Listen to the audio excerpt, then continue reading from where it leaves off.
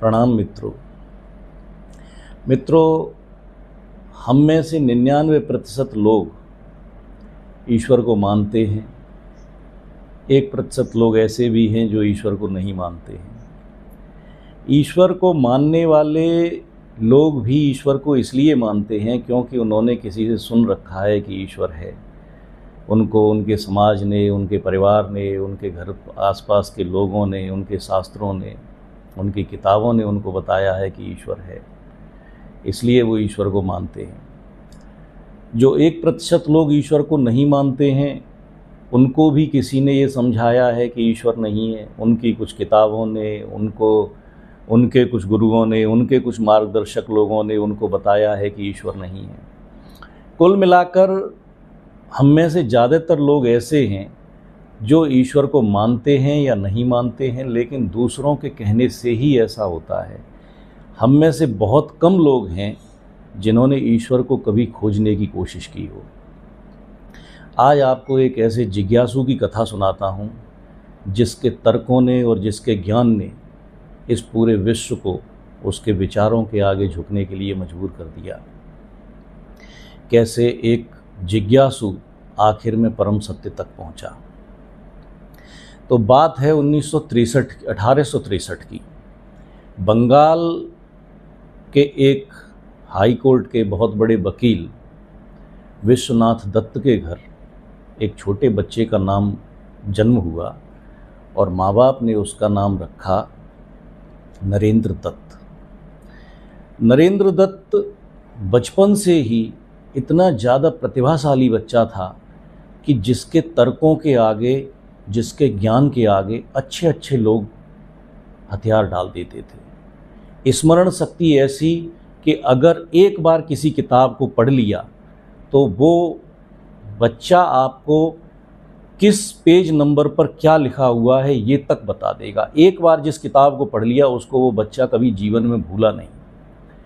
उसके तर्क इतने मजबूत थे कि जिसके आगे अच्छे अच्छे विद्वान नतमस्तक हो गए। वो प्रश्न करता था कि क्या भगवान है? भगवान है तो कहाँ है? तो लोग कहते वो मंदिर में है।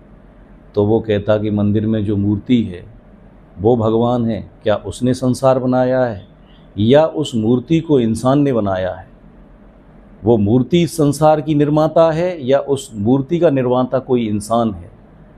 अगर उस मूर्ति ने संसार बनाया है तो मैं ये कैसे मान लूँ? मैं तो ये देखता हूँ कि मूर्तियाँ इंसान बनाते हैं। कोई कहता कि भगवान 7वें आसमान पर रहने वाली कोई व्यक्ति है, कोई शक्ति है जिसने ये संसार बनाया है। तो वो कहता कि 7वें आसमान को फिर किसने बनाया जिस पर वो रहता है? और 7वां आसमान बनाने से पहले वो कहाँ रहता था? जिस आसमान पर 7वें आसमान से पहले वो रहता था उस आसमान को किसने बनाया था? अब ऐसा तो हो नहीं सकता कि 7वां आसमान बनाने से पहले ही वो उसी आसमान में रहता था।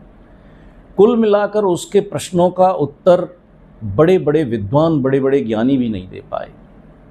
धीरे धीरे ईश्वर में उसकी इच्छा, उसकी अभिरुचि, ईश्वर को जानने की जो जिज्ञासा उसके मन में थी वो समय के साथ बढ़ती चली गई।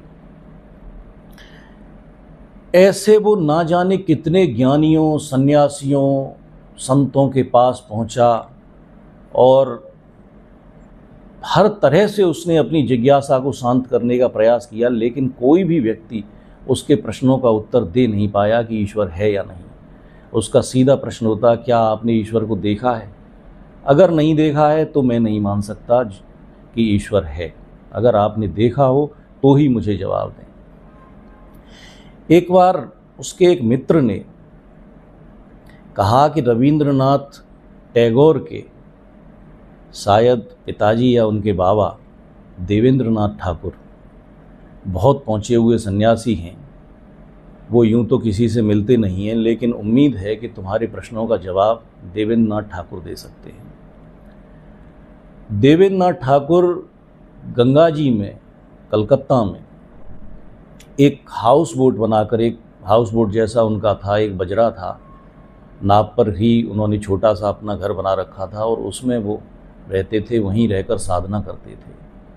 वो किसी से मिलते भी नहीं थे। तो नरेंद्र दत्त को लोगों ने बताया कि वो यूं तो मिलेंगे नहीं, तुम अगर रात में कहीं एकांत में मिलने का प्रयास करो तो शायद हो सकता है। तो भरी सर्दी में नरेंद्र दत्त के मन में उनसे मिलने की जिज्ञासा पैदा हुई और ये विचार करके रात के 12 बजे नरेंद्र दत्त घर से निकला और उसने गंगा जी में रात को छलांग लगा दी। तैर कर वो उनका जो हाउस बोट था उस पर चढ़ गया। वो ध्यान में बैठे हुए थे देवेंद्रनाथ ठाकुर। तो उसने आंखों में आंखें डालकर सीधा ये प्रश्न किया कि क्या आपने भगवान को देखा है? ये सुनते ही वो थोड़ा सा विचारमग्न हुए, थोड़ा सा चुप्पी उनकी कुछ पल के लिए लग गई। एग्जैक्ट जवाब तत्काल उनके मन में नहीं आया। थोड़ा सा संकोच उनकी आंखों में नरेंद्र दत्त को दिखाई दिया और उस संकोच को देखते ही बिना उत्तर पाए तुरंत नरेंद्र दत्त ने गंगा जी में वापस छलांग लगा दी। फिर देवेंद्रनाथ ठाकुर ने बहुत बुलाया कि आओ मैं तुम्हारे प्रश्न का उत्तर देता हूँ, लेकिन नरेंद्र दत्त ने कहा कि अगर आपने देखा होता तो आप एक पल में जवाब दे देते। आपने देखा नहीं है, आपका संकोच ये बताता है कि आपने ईश्वर को नहीं देखा है। ऐसे धीरे धीरे नरेंद्र दत्त के मन में ये विश्वास प्रगाढ़ हो गया कि इस संसार में कहीं कोई भगवान नहीं है, ना ही भगवान को किसी ने देखा है। ये सारी व्यवस्था सिर्फ इस मनुष्य जाति को एक ठीक पथ पर चलाने के लिए की गई है। ऐसे नरेंद्र दत्त धीरे धीरे करके नास्तिक हो चले और उनको विश्वास दृढ़ हो गया कि ईश्वर सिर्फ मनुष्य की एक कल्पना है। जीवन बीता, धीरे धीरे करके आयु और बढ़ी और वे बिल्कुल एक नवयुवक हो गए। किसी दिन नरेंद्र दत्त के एक और मित्र ने बताया कि दक्षिणेश्वर में काली का एक मंदिर है और उस काली के मंदिर में एक पुजारी रहते हैं जिनको लोग स्वामी रामकृष्ण के नाम से जानते हैं। अगर तुम उनके पास पहुंच जाओ तो शायद तुम्हारे प्रश्नों का उत्तर वो दे सकते हैं। यूँ तो वो कोई ज़्यादा पढ़े लिखे व्यक्ति नहीं है, लेकिन फिर भी लोगों के प्रश्नों का उत्तर कई बार वो बड़ा सटीक देते हैं।